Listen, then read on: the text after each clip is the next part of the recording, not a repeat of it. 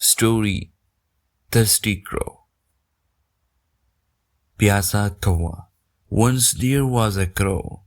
एक दफा का जिक्र है कि एक कौवा. He was very thirsty. वो बहुत प्यासा था. He was in need of water to quench his thirst. वो पानी की तलाश में था कि अपनी thirst को, अपनी प्यास को बुझा सके.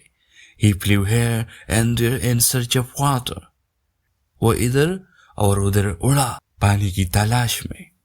He saw a pitcher on the roof of a house. फिर उसे एक मटका दिखा जो कि एक छत के ऊपर था. He flew to the pitcher. वो इस मटके की तरफ उड़ा.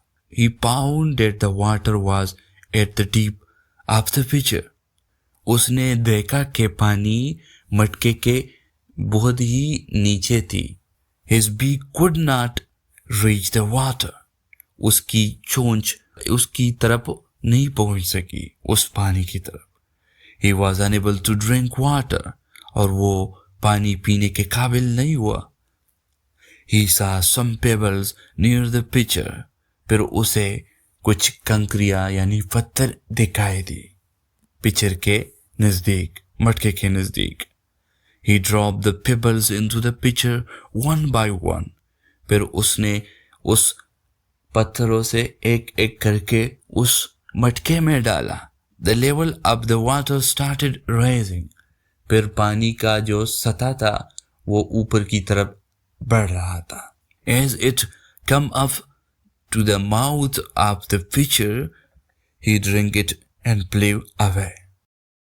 जैसा कि पानी मटके के मुंह की तरफ पहुंची तो कौवे ने उसमें अपनी चोंच को फेरा और पानी पिया और वापस उड़ा.